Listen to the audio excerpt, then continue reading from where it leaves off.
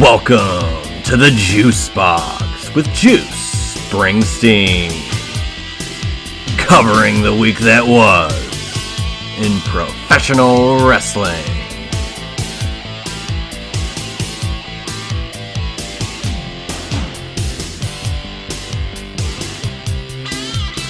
Hello and welcome once again to another edition of the Juice Box. I am Juice Springsteen, here to discuss the last week that was in pro wrestling, as I always do here on the Juice Box. Interesting last 7 days. We got a retirement to look forward to. We have season premieres to comb over. I have a Halloween Havoc retrospective, including my top 5 favorite Halloween Havoc matches. Although I would say objectively they are the best matches from the former WCW entity. I will also be discussing some in and out stuff in regards to DVDs, physical media, with the recent news about Best Buy getting rid of physical media, selling it in stores and online. I'm going to discuss some of my favorite WWE DVDs and a little bit about that whole thing later on as well. And then, of course, we're going to close it out with a little Ask Juice. Seems kind of packed. I'm going to try to keep it under an hour, as I normally do. But yeah, let's tag into the premieres, Raw, SmackDown, anything interesting. I have 2 matches already confirmed for Crown Jewel, which is in 2 weeks' time, I believe. Saturday, the 3rd? Is it the 3rd? Let's see here. Yeah, no, it's November 4th, 1 p.m. Eastern, for those in the East Coast of the United States. So that'll be an interesting Saturday afternoon watch, but I'm here for it. I love those shows. They're kind of the shows where you can just try anything. The fans there are really just happy and excited to be there, and you're not as diehard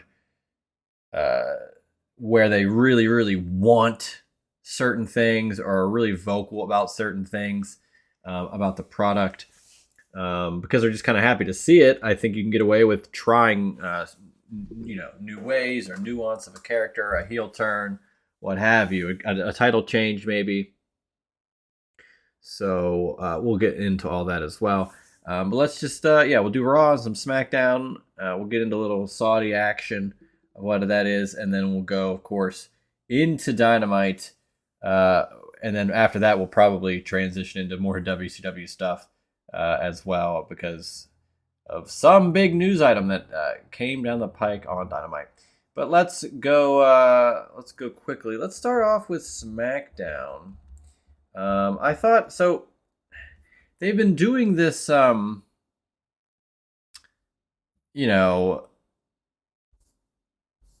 like season premiere thing for the last few years. It's a way to kind of say, hey, this is a new, fresh start. Yes, wrestling is 52 weeks a year, but we're still going to show you when we kind of want to start things. And it's funny because I always refer to SummerSlam, to Survivor Series, as like a nothing happens type time of the year, even until Royal Rumble. Yet, of course, right now they're saying season premiere, and you're thinking, oh, we're going to get a whole plethora of new storylines and this and that. But, I mean, it's kind of just what they are bringing to the table in a fresh way, and they're just going to kind of gently get us back into the swing of things. But I thought SmackDown was pretty interesting. Roman Reigns, of course, interrupted. He returned to interrupt John Cena, and LA Knight got introduced as someone who potentially, quote by John Cena, should have a shot at the WWE Undisputed Universal title. So I would wager, ahead of tonight's SmackDown, of course, that we might get LA Knight versus Roman Reigns in Saudi Arabia. And I believe the last time they were in Saudi, there was a more than a smattering of chants for LA Knight. So he could this could be interesting. Now I really don't anticipate and we're not at the predictions show yet, of course, but I'm not here anticipating LA Knight winning the Universal Undisputed title from Roman. I firmly still believe Cody and Roman happen at Mania 40. But here's my question, and I've said this almost every week now. Does Cody actually finish the story, or will still be in the bottom of the fourth inning by the end of night 2? You know, they said bottom of the third. There's 9 innings in a baseball game unless it gets called off early due to inclement weather, which could happen at WrestleMania next year in Philadelphia. All joking aside, though, if Cody doesn't win at Mania 40, all Roman has to do is make it through September, and he will surpass the 1,474-day reign of Hulk Hogan from January 1984 to February of 88. That reign, if that were to be topped, that's, I believe, the longest in the quote-unquote modern era, which would take us back 40 years, which is pretty much the modern era, I would say. The 80s wrestling boom started with Hulk Hogan there. So I'd say Hogan's reign there is the one to beat. So if Cody doesn't finish the story at 40, I have a feeling that we might see it happen at 41, if not maybe earlier than that, but after September, so he can surpass it. They had a great shot of LA Knight, and you could see Roman in the reflection of LA Knight's glasses, which was great. I don't know. I'm looking forward to seeing LA Knight get this big moment, and if he does well, as if he needs the vote of confidence. He's been with Cena in tag matches. He had Cena referee a match. Cena just put him over as the next guy for Roman. Give me a match where he looks legitimate, takes Roman to the brink. Logan Paul took him to the brink in Saudi. Why can't LA Knight? So that's what I'm hoping to see. Even in defeat, I think LA Knight would look great. So I'm looking forward to that. Pretty Deadly came back from, I believe, an injury in July, suffered to Prince. But they're back, and they got the win over the Brawling Brutes. Happy to see them back. Looking forward to seeing what the tag team division looks like going forward.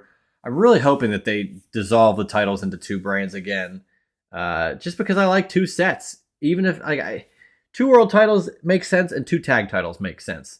If you're having Raw and SmackDown, an IC title and a US title, it's not that hard. A Raw and SmackDown women's title, that's it. Nothing more, nothing less, you know? So I thought that was a fun little segment to get Pretty Deadly back. Carlito made his first SmackDown appearance in 14 years, challenged Bobby Lashley to a match, and then got beaten down by the Street Profits, which, interestingly, a match didn't happen with Carlito, but his theme music is still probably going to be the same. It seems as if in an interview he had with Peter Rosenberg, that the theme music was selected outside of his control, and they felt, this is what they want to do. So it seems like Carlito's going to roll with it because he just got signed back there. So we'll see, but I don't really like that. But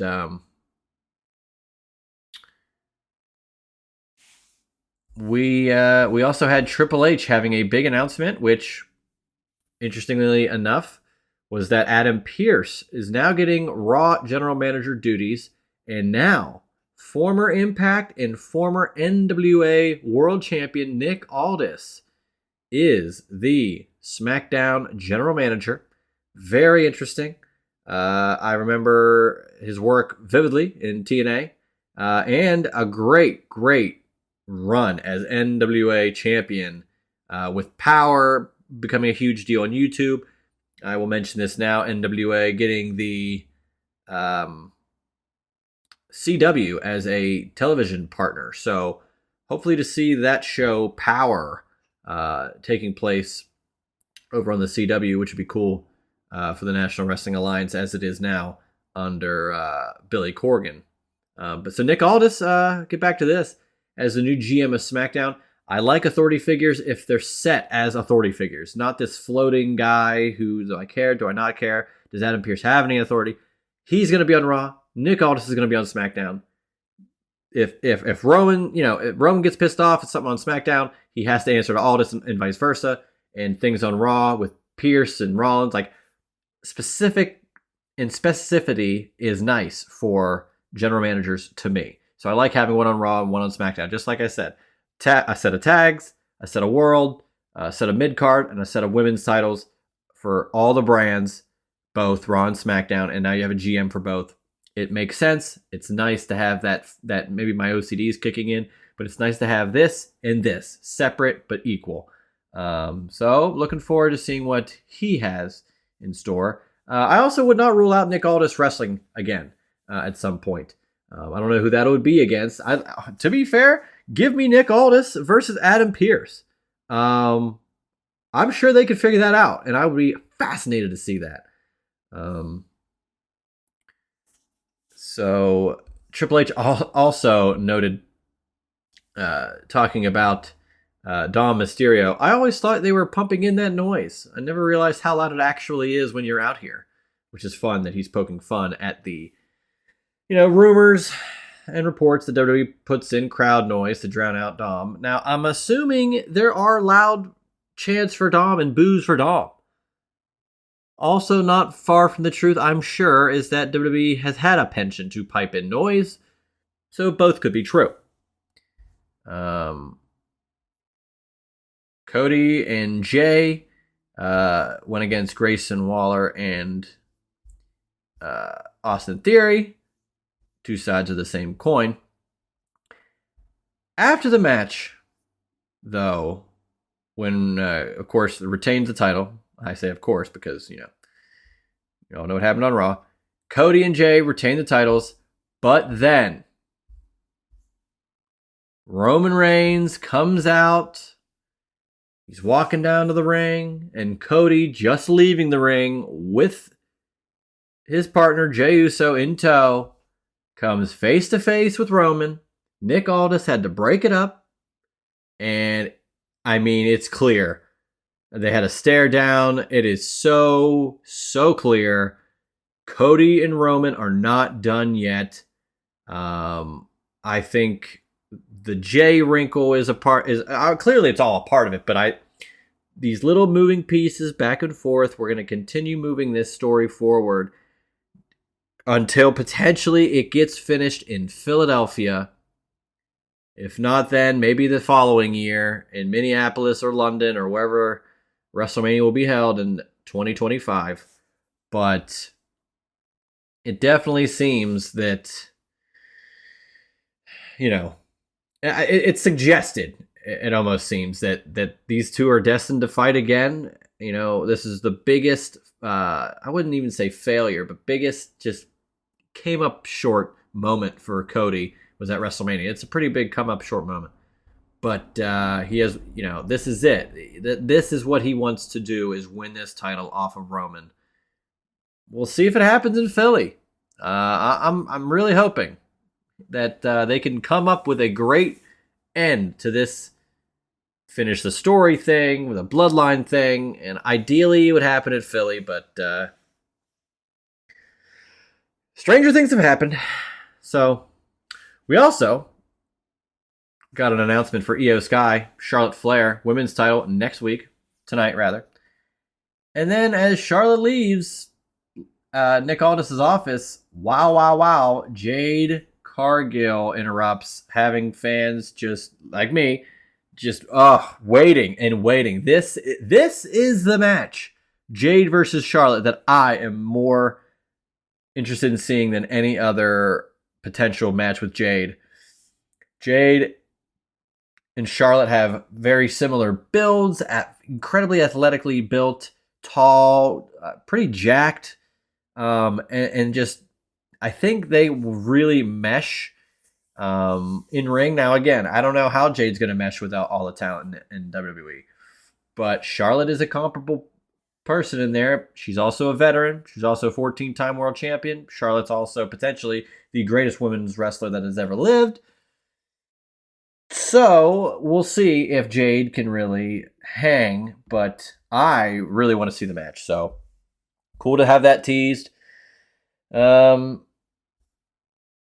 so it just seems like LA Knight's going to be the guy going forward. A lot of interesting stuff happening. KO gets traded, by the way, which is an interesting move. We'll see what that kind of entails going forward. Maybe he'll tag with Cody or Jay, or I don't know. They kind of just do the same things. They do this, they do that. KO goes here, he goes there. Maybe he's just a replacement for Sheamus.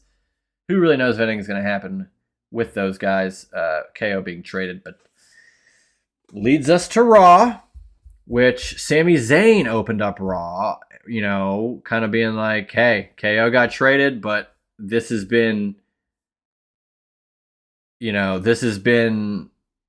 great year for me, and he wore a KO shirt, and he's my best friend. He's also his biggest enemy at times, But Sami Zayn did say that he had a desire to once again put himself in a World Heavyweight Championship spot. Now, I say once again, not because he's won the title or he was in so many world title matches, but because he did have the big world title match in Montreal at Elimination Chamber against Roman Reigns this past February. So I feel that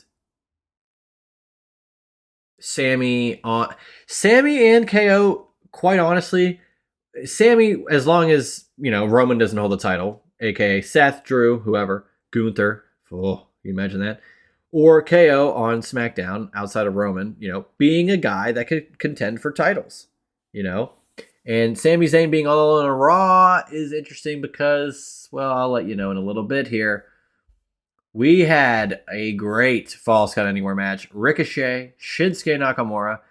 I love that Shinsuke Nakamura has had 2 back-to-back pay-per-view or PLE matches against Seth Rollins in the main event for the world title.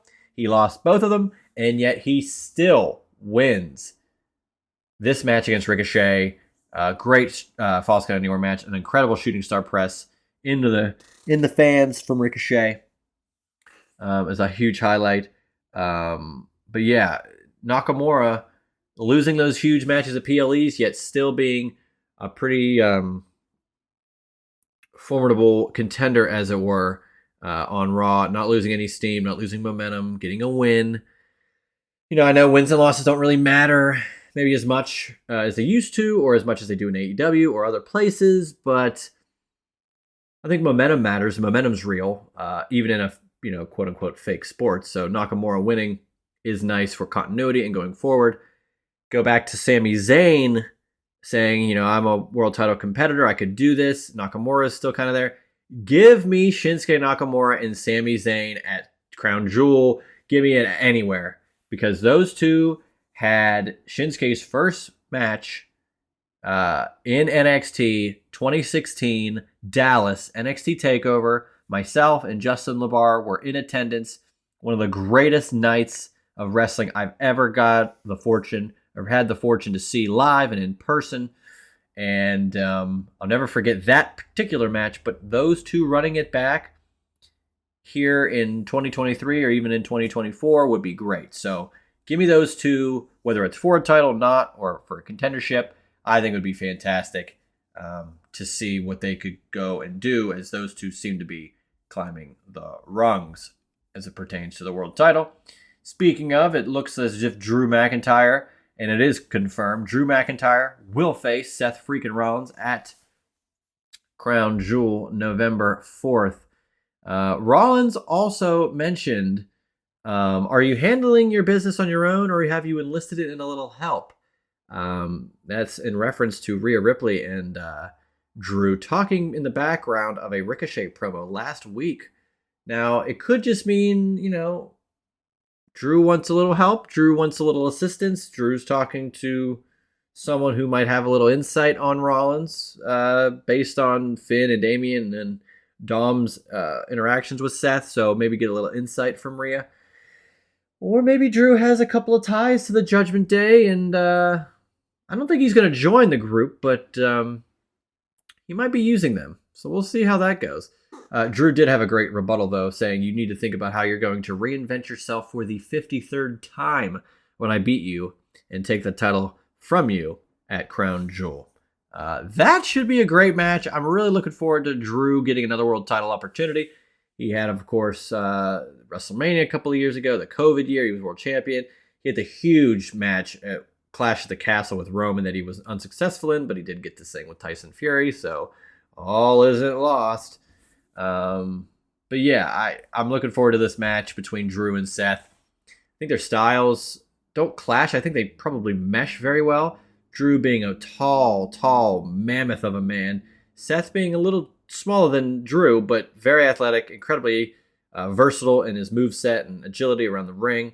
And I don't see anything other than a great match between those two. And let's talk about the other match that is officially confirmed for Crown Jewel. Fatal 5-way match for the women's world title. Rhea Ripley defends against Nia Jax, Shayna Baszler, Zoe Stark, and Raquel Rodriguez. Whew. That's 5 great talents. I like that they snuck Zoe Stark in there.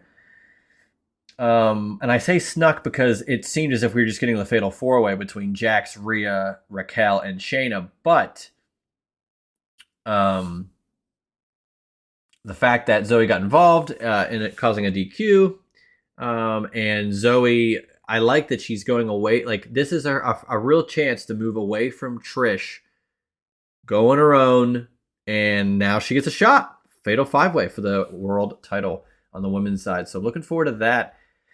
Those are the only 2 matches so far for Saudi Arabia, but it looks to be shaping up to be a fun card either way. Bronson Reed, Gunther, great hard-hitting match. Gunther gets the victory.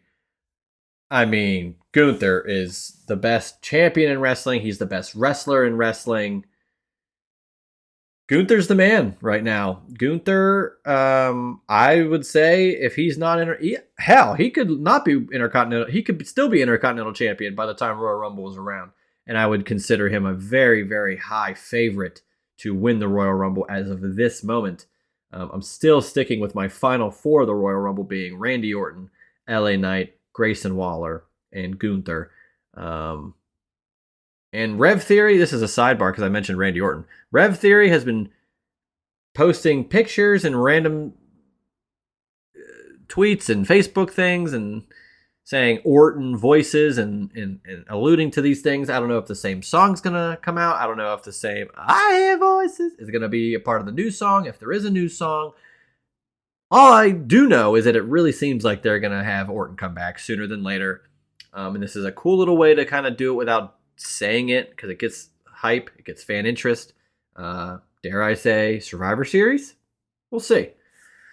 So yeah, Gunther wins. I thought that was fun. And then, oh my goodness, main event, somehow, some way, and of course, it does happen. Finn Balor gets the coup de grace. And we have, once again, new WWE Undisputed Tag Team Champions, Finn Balor, Damian Priest. Jimmy Uso interfered, took out Jay.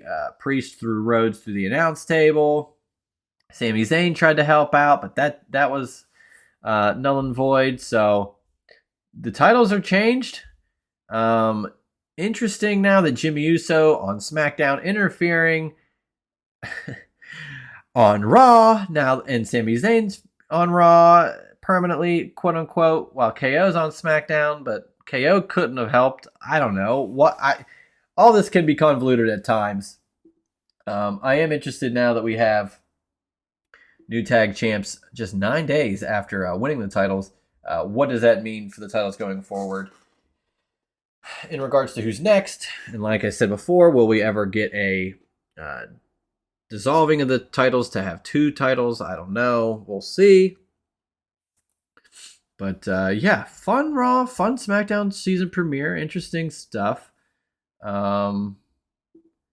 Let's see. I don't know if I had anything else from the WWE side. Oh, The Tommy Fury and KSI match happened over the weekend. And just give me a second. I'm doing a little Googling here. All right, we're good. So the KSI, Tommy Fury, Logan Paul fought the same night on the opener. And after he won his bout, he just flat out, he's getting interviewed by Ariel Helwani, and in a boxing ring, unprovoked, goes, well, you know what is next? I want the United States title, and I'm coming out for you. Rey Mysterio, I'm challenging you. And it seems like we're going to get Rey Mysterio and Logan Paul potentially in Saudi Arabia for the United States title. Damn, is that going to be a good match if that's what happens? Logan Paul had a killer match last year at Saudi in Crown Jewel against Roman, took him to the absolute brink. Logan versus Rey Mysterio could be an incredible match. And I got a feeling Logan Paul is going to take home some gold. And if he has the U.S. title, that's so much exposure for WWE as if they need it. The U.S. title would be on Impulsive. It would be all over YouTube. It'd be all over social media. It'd be probably in commercials for Prime. I love it. Give me Logan Paul and Rey Mysterio. Give me a Logan Paul win. And let's see what happens. Dare I say Logan Paul wins? Could he hold the title until an LA Knight takes it? If LA Knight's not really ready for the world title as of now? Sure. Give me that too. If LA Knight has this match with Roman and he doesn't win, and there are no world title opportunities for him at Mania, because at the moment, I would say Gunther versus Seth and Cody versus Roman for the world titles, respectively. Give me LA Knight versus Logan Paul at WrestleMania for the U.S. title, and I would be a very happy camper. So, I don't know. I like the direction of that. It was just bizarre to me that just out of nowhere, he comes out and this is what I want to do. This is what we're doing. I'm doing it.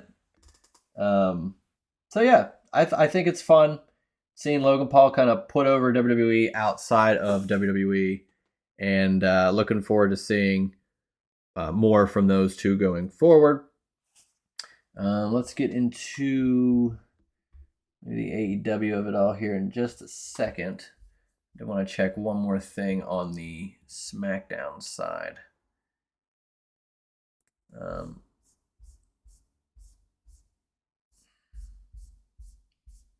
Yeah, maybe, I don't know. I was looking for something, just a quick quote, but I can't seem to find the quote off the top of my head. So, all right, let's just get into it. AEW, Dynamite last night, 2 nights ago rather, the biggest thing that was promoted for this show was we are going to hear Sting address the fans. Here we go.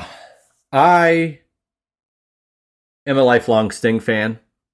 I was at the June 10th, 96 Nitro. So I was a WCW fan forever. I dressed as Sting for Halloween in 97. My dad was Hollywood Hogan in 97. It was perfect. He was Hulk Hogan for WCW. And it's so funny. I think I mentioned it before on this show. But I find it fascinating that even though, I'm 30 years old and my life has really coincided with Monday Night Raw, which is funny because Raw debuted in January of 93, and so did I, just a little over, I think, 17 days later. But I grew up, watching Nitro, Raw, whatever. I grew up with Hulk Hogan being a bad guy. I grew up with Hollywood Hogan. I grew up with it black and white instead of red and yellow, and it was reversed for me. I grew up with Sting being Surfer Sting, colorful face paint, ow! That was horrible, but I'm not going to break the eardrums of all 3 listeners out there. But Sting was the surfer, cool gear, always colorful gear choice, face paint, everything. And then he had to go to the dark side to defeat Hulk Hogan. And I was just such a huge Sting fan. I mean, if you watch WCW at all, Sting was the guy. And also at the same time, he also had side quests of Ric Flair betraying him or not betraying him and beating him up. And Lex Luger, is he your friend or is he your enemy? And, quite a few through lines came with Sting. And as a fan of Sting's for so long, and of course, WCW, it was tough when WCW went out of business in 2001. And probably for 4 years, I didn't watch wrestling really. Sting, of course, lo and behold, went to TNA. Now, I hadn't been watching TNA then. It was on Fox Sports Net at like 3 in the afternoon after middle school and high school for me. Actually, just middle school. I was not in high school once TNA moved, I think, to Spike and all those things. But so TNA goes to these random times, and I really didn't watch it all, but Sting was there, so that wasn't really why I watched it. But Sting in TNA was great.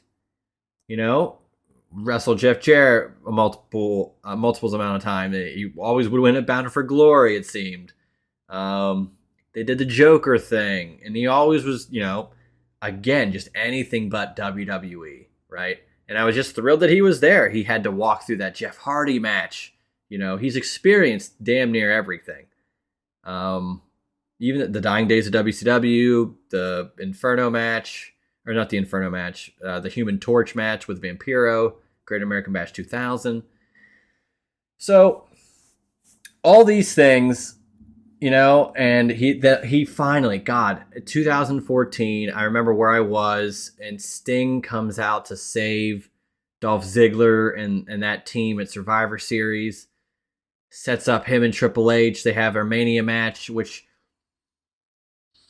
I hated the whole, this is the big time Sting, that stuff, but I enjoyed the match. And of course, Triple H was never going to have Sting go over, especially not on him at WrestleMania. And it was bizarre that Sting enlisted the help of the NWO to face DX, but it was really a love letter to the Attitude Era in the Monday Night Wars. So I don't actually hate that match in retrospect. I really enjoyed it because we never got another WrestleMania match with Sting. And for that all to be taken away just months later from that powerbomb to the turnbuckle by Seth Rollins, and him having to retire, abruptly, really sucked. It's not that I knew, he can keep wrestling forever, however long, if he didn't have this injury. But it was just like, man, he was doing great, and he was in WWE out of nowhere finally, and like, I was happy that he was always a WCW or always a non-WWE guy, and then finally he just said, hey, I'm going to do this thing. And he was killing it. Within months, he was in a world title match. They made him relevant. They made it interesting. They made it legit. And then that happened, and he had to retire.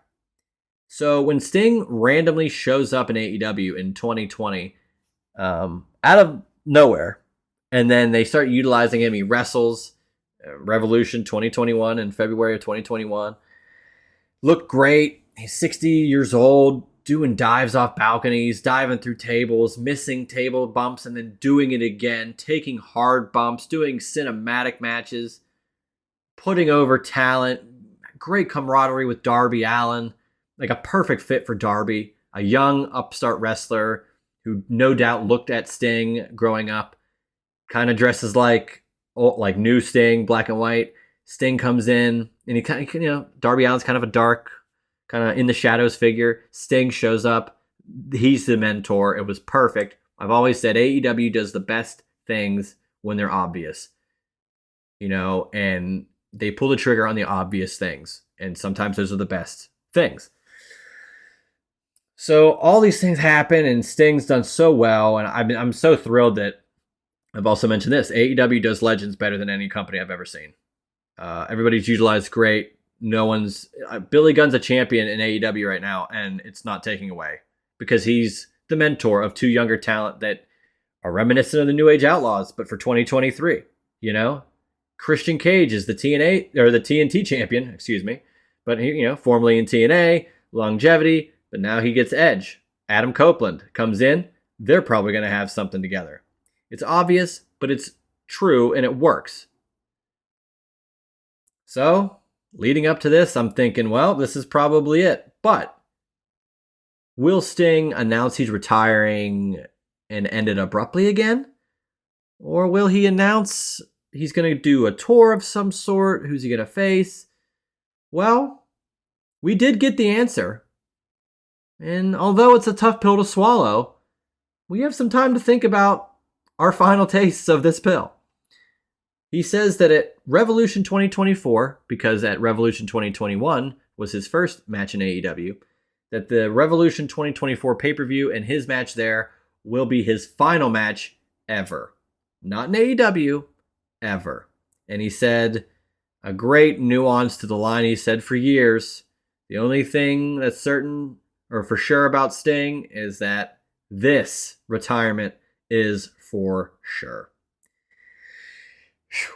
It was tough to watch, lifelong Sting fan. You just never want it to end, but I'm glad that he's kind of calling his shot, and this is how he wants to end it. For a legend like this, he doesn't have to go out sad like Ric Flair or Undertaker, or really not get that final moment like Hogan, or how Brett had his stuff. This is going to be like up past par. He's going to be shooting for the moon here. And I have just a couple of questions. Who's he going to face up until Revolution? Who is he going to face at Revolution? Where is Revolution taking place? And how quickly will that pay-per-view sell out as soon as it goes on sale? It's going to be must-see TV. I'm going through the roster right now. Now, in between now and Revolution, I couldn't tell you who Sting would face. I really couldn't tell you. But I would say that Darby Allin could be a very solid final match, and you don't have to do a heel or face thing. It could just be, hey, I'm passing the torch. I'm passing the bat, the baseball bat to you. You're, Bray Wyatt, Undertaker type deal. Or, maybe it's a storyline thing. Maybe he goes against a Chris Jericho one-on-one because it hasn't happened yet. Maybe he goes against a Christian,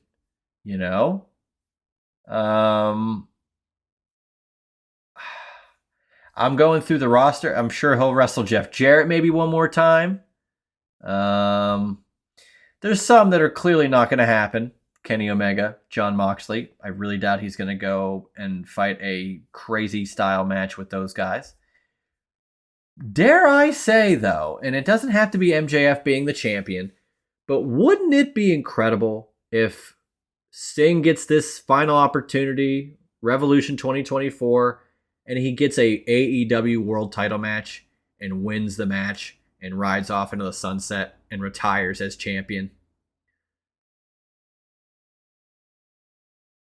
As much as I am of the belief of, wow, because I made fun of it, Undertaker, American Badass coming out and not burying Braun Breaker, but choke slamming one of the top heels on your brand to end the show, your biggest show. I'm so glad that the young upstart Undertaker is getting put over by Braun Breaker. I would not find it disrespectful if Sting were to beat, I'd just say it's MJF, to defeat an MJF or to defeat someone who was world champion to win the world title and retire like that. Purely because he can still go at a pretty high level at this age. It would be believable. You probably could pull off a finish similar to Great American Bash 90 where he first won his first ever world title with a small package, a roll-up out of nowhere. Wouldn't that be the way to do it? So I think it's a lot of options are on the table, and I'm hoping AEW selects the best one. So looking forward to Sting having this final go. I was stunned by that, but I'm also thrilled that I'm not stunned, but just like, really, here we go. I can't wait to watch Sting's final matches. But I am looking forward to it. I can't wait to see what they come up with, and I'm sure it'll be something very, very memorable, to say the least. All right, so to not go too crazy into this, I think I'm going to skip over the Halloween Havoc retrospective until next week, when Halloween Havoc Night 1 begins, and then we can do that then, because the following week will be a Crown Jewel prediction show. So we'll do the Halloween Havoc retrospective next week, and I'll probably add a little bit more to it. I might rank the Halloween Havocs from worst to best, and then I will also list my top 5 matches that ever happened at Halloween Havoc as well. But I'd like to touch on one quick thing that I mentioned about physical media, and then we're going to do some Ask Juice to close the show. Best Buy, I'm not sure if you guys have been paying attention, but if you are a collector of any physical media, CDs, vinyls, or in the movie realm, DVDs, Blu-rays, 4Ks, if you're a fan of VHS or Laserdiscs, however old you may be, Best Buy has been a stalwart in holding physical media throughout their stores. TVs, computers, appliances, video games, which they still will sell physically, entertainment centers, whatever, vacuums, whatever you want, Best Buy probably has in the electronics realm. And for the longest time, up until quarter 1 2024, Best Buy has had a huge selection of DVDs, Blu-rays, 4Ks, movies, exclusive steelbooks, and box sets, and plenty of other things in the movie realm that they would sell online and in stores. It has been confirmed that, like I said earlier, at the end of quarter 1 of 2024, so probably by the beginning of April next year, at WrestleMania time, tie it back into wrestling, that Best Buy is going to stop carrying DVDs and Blu-rays and 4Ks and all those things in stores and online.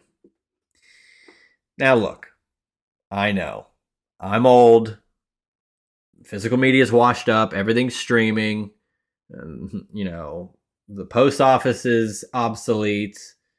Telephones, everybody has a phone now, so no situation can be stressful anymore. Like all these little plot holes throughout the last probably 15 years of, well, this wouldn't happen now because of this. Well, there's no more movies. Who cares if you don't have movies? So you can just stream everything. Okay, but what if you don't have the internet? Or what if the internet goes down? Or what if Netflix increases the prices again, and again? Or, which they are, or if Hulu doesn't have a selection and you just want Hulu. Or how many other streaming services can you buy to where you buy 10 streaming services and it costs the amount of, it cumulatively costs the same amount as if you bought cable and you were cutting the cord, instead you are adding to your wallet anyway, or taking away from your wallet. So I am a purveyor and collector of wrestling. Well, of course wrestling, but of movies, physical media. I do collect vinyl records. I do have a selection and collection of various movies, a lot more or less in the horror genre. I don't have everything. I don't buy everything. But I do have the best stuff that I enjoy. How does this tie into wrestling? Well, and I have made a video on this type of subject before that I posted to my YouTube channel. Now, if I could somehow rip the audio, I might be able to play. I mean, I could just tell you guys about it, but I might be able to play it at a certain point down the line. I'm figuring more stuff out with this podcast as we move forward. 43 episodes in, still trying to figure out how to play audio synchronizing underneath while I record, and I don't have to add it in post. We'll get there. But wrestling DVDs, were my big thing. VHS tapes first and foremost, Coliseum Video, WCW VHS tapes, compilations. That was like the only way to have anything. Then WWE 24/7 came out. It was an on-demand service, but they only had so much selection of like a pay-per-view from a company from 1 year. Next month it's gone, so you better watch it. And that's it. Like very few things were around. And the DVDs were always there, and we had some great documentaries, some great match compilations and everything. And then boom, the WWE Network hit. 2014, February 24th, 2014. One of the greatest days for being a wrestling fan that I can recall, because it was the start of something special where you can watch any wrestling from WWE, WCW, ECW, and now so much more live stuff, old stuff, new stuff that's never been found, new documentaries. The DVDs are on there. And it's amazing. But what happens if they take it away? Or what happens when it goes to Peacock and some of the licenses on the music are still not paid for? I'm talking about you, WrestleMania 17, Limp Bizkit, My Way. You got to have that DVD originally from 2001 to hear that song in its entirety with the promo as is. Now, I know I'm nitpicking. Some people will say, who the hell cares? But if you know that promo and that pay-per-view as well as I do and a lot of other wrestling fans do, it's not the same if you hear some generic-ass music whenever Rock and Austin are doing a promo battle in the ring and there's some generic music behind it. It's My Way or the Highway, really.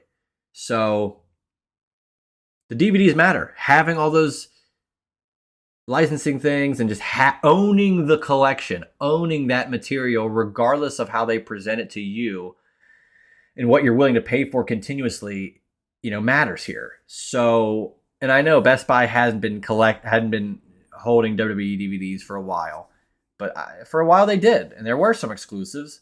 I think now you can still get new pay-per-views on Amazon and Walmart in-store and on .com.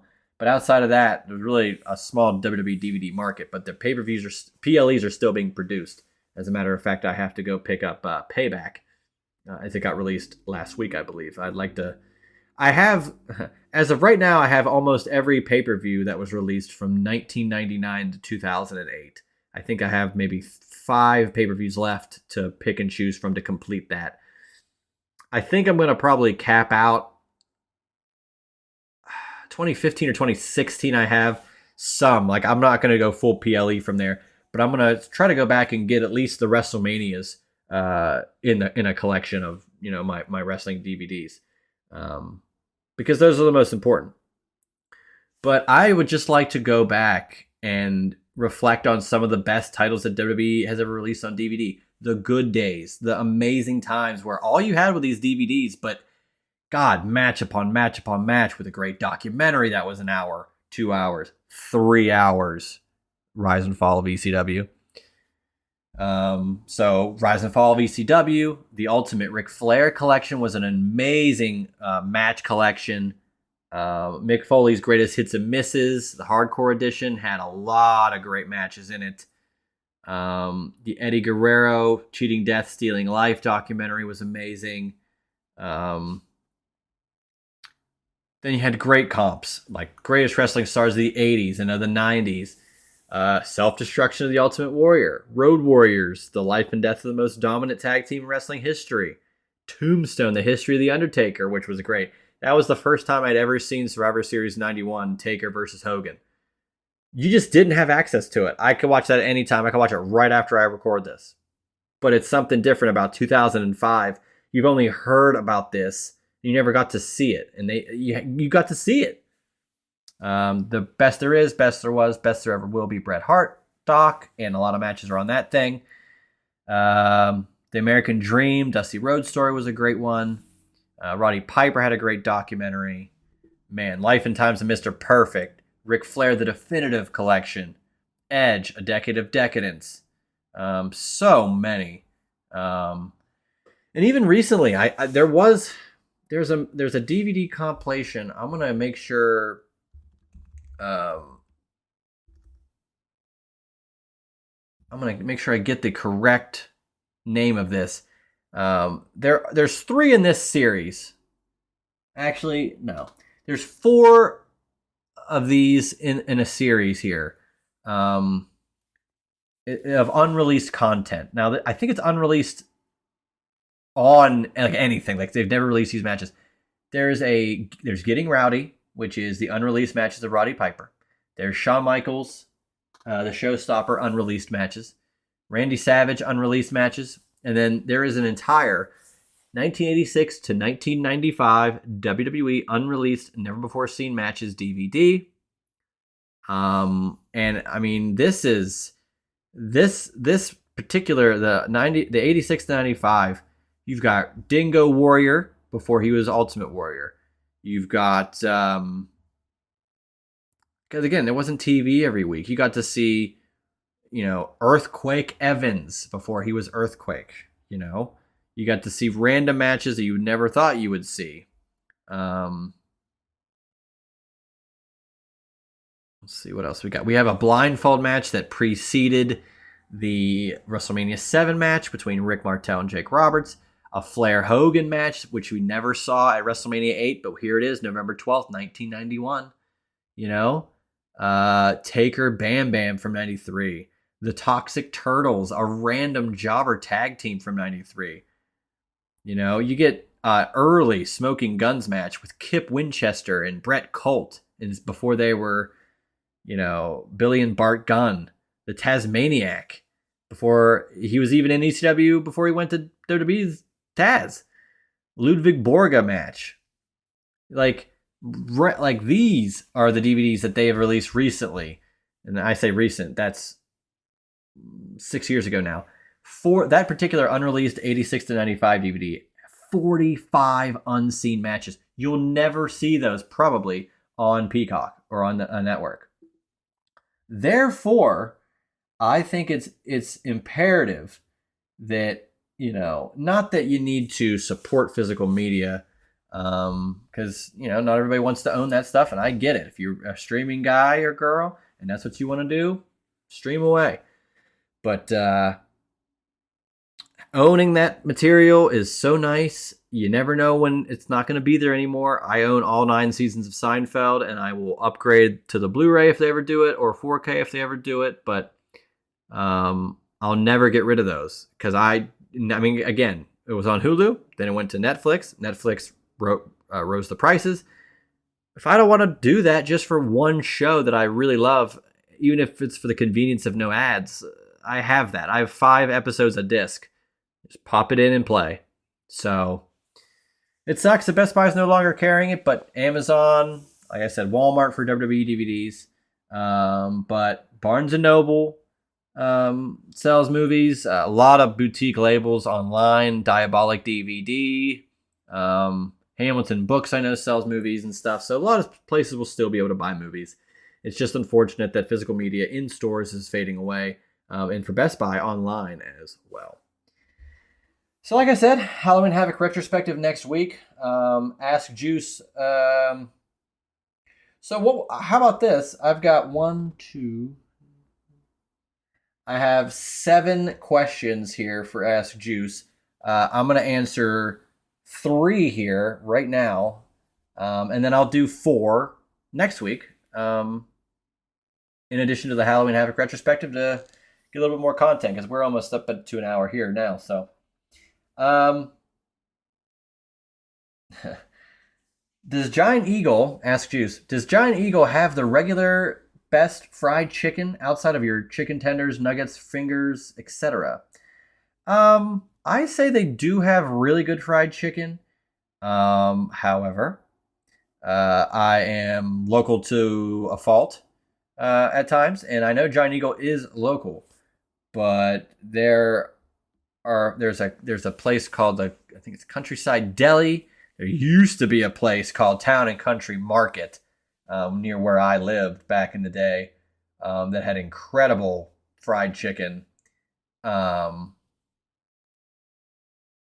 place that I would say that really has quality chicken overall. Currently now, I think, what is it, 2? I think I've been there twice and I've enjoyed it both times for sure. It's in a place in Pittsburgh called the Federal Galley, and it's called Given to Fly. A lot of great chicken dishes there. I'm a chicken connoisseur, so this was like a place I had to go and try, and it was fantastic. So I would say Given to Fly is a great Pittsburgh spot if you're looking to snag some quality chicken. So yeah, Giant Eagle has some good stuff. I would not overlook Walmart's like hot bar, where they kind of serve you whatever they got. Good chicken there as well. Another question in the chicken realm asked Juice, best chicken wings I've ever had. This is tough. I'm not a real big chicken wing guy. Big Shot Bob's is good. I like Buffalo Wild Wings, I think, just as much as anybody. This is going to be out of left field. Now, there's two things I want to mention. The first one, this is kind of a joke, but you remember when McDonald's did the Mighty Wings with Joe Flacco as the spokesman? That was a bizarre time, but that happened. A place that I felt had very underrated chicken wings.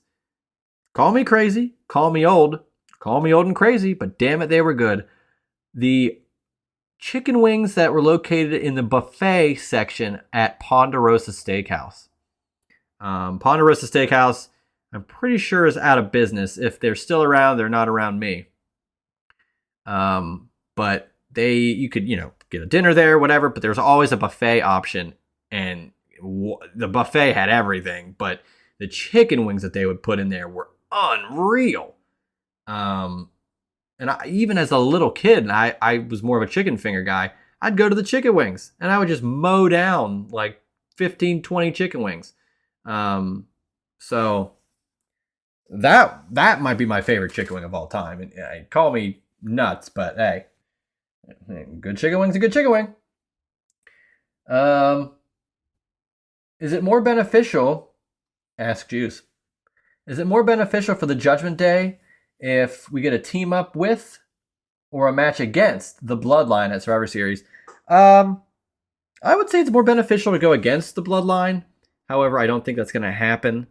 And I could actually look at both sides. I also think it could be detrimental if they would face the Bloodline, because then it's like, who takes the pinfalls? I mean, of course, Roman would have to just win, right? I mean, you could do war games between the Judgment Day and the Bloodline, but the Bloodline's kind of fractured.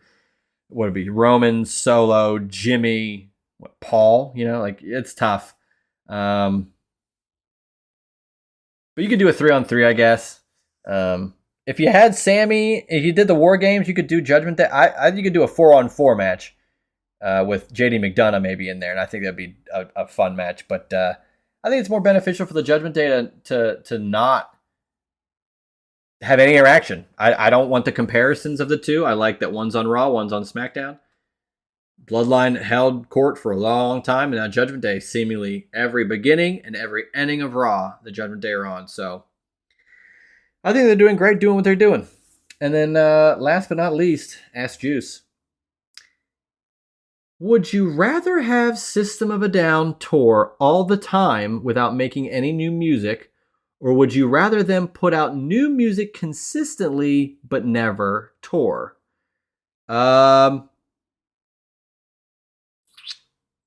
I'm kind of torn. I'm leaning towards not never tour, but even, how about this? I'll put it this way. I would ideally, because they did put out a 2-song, I guess you could call it EP or a single, which I have on vinyl. Which was like one of the first songs that they've done in I don't know how long, but I think their last studio album was 2006 with Hypnotize. It was Mesmerize and Hypnotize, and those were so good. But God, that's almost 18 years ago now. But they have toured, and I could go see them. But to me, ideally, it would be kind of a mishmash. I don't know if I want new music consistently. Give me just one more album. Make it, 13 tracks, 12 to 14 tracks. And you could tour wherever you want. Even if I never got to see System of a Down live, but would get at least one more solid album from them, I would be a happy camper. Their music is so damn good.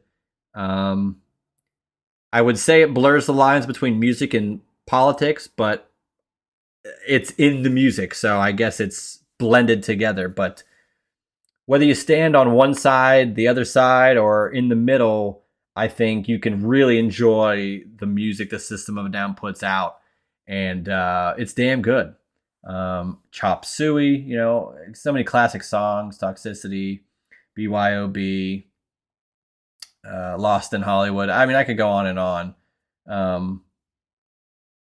But I would love to see System of a Down live. But if I never got to see them live, I would love to at least just get one more album. The last time I got to listen to a System of a Down album, brand new, fresh, I was like 13 years old, and I loved it. Now, and that was as an impressionable youth, as a 30-year-old man, I would love for them to do one more album where I can already have the feeling that I've had for so long about how good I think they are, coupled with the life experiences I've had up to this point, and apply it to the new music that they would, in this theory, potentially release. And I think it would give me just a new perspective on System of a Down, and I think it would be fantastic and so much fun to spin that for the first time, to hear what they have to say and how crazy and offbeat they could be with some of their songs like Cigaro, and just, I don't know. I love System of a Down. That was a Josh Cross question specifically, and again, hopefully we'll do Triple Threat Theater one of these days. But yeah, it's busy time of year for everybody, so we will get that at some point. Triple Threat Theater Volume 3. Next week we're going to do Halloween Havoc retrospective. I'll rank Halloween Havocs from worst to best, and then I'm going to give you my top 5 matches in Halloween Havoc history. We'll do a few more Ask Juice questions. And we'll discuss some more stuff as it pertains to the bright and bubbly world of professional wrestling, as it is here in October of 2023. And then, of course, the following week, it should be Saudi Arabia, Crown Jewel 2023. And I would assume myself and presumptuously, I don't know if that's a word, Josh Eisenberg would be here on the program to discuss everything Crown Jewel, as he does for most every PLE that WWE or AEW have to offer. So jam-packed next couple of weeks. And then as we turn into November, once Crown Jewel's over, we got Full Gear. And then a couple weeks after that, we got Survivor Series. We're getting into the thick of fall here. A lot of good stuff coming up. A lot of good stuff already happened. So keep tuning into the Juice Box. Really appreciate it. I know I didn't go over any of my normal rigmarole that I normally do, so I'll kind of file through that now. Juicy Steen on Twitter. JuicySteen.podbean.com, Apple Podcasts. Rate this 5 stars on iTunes. You can find this show on Google Podcasts. Check out Juicy Wrestling Closet on Instagram. As a matter of fact, I posted a photo of me as Sting, and professing, my love for the Sting character and how I was him as Halloween in '97 and what it means to me now that he's gonna, finally retire. And lo and behold, Sting, whether it's his social media team or not, but Sting, his account, liked it and commented with a fist bump and the scorpion emoji. So that was pretty damn cool. Shout out to Sting. Sting! So, as always, this is the Juice Box. Hope you guys enjoyed this episode, and we'll be back next week for more fun topics. I'm Juice Springsteen, and you've been listening to the Juice Box. That was the Juice Box with Juice Springsteen. Make sure to subscribe to the Juice Box wherever you listen to podcasts.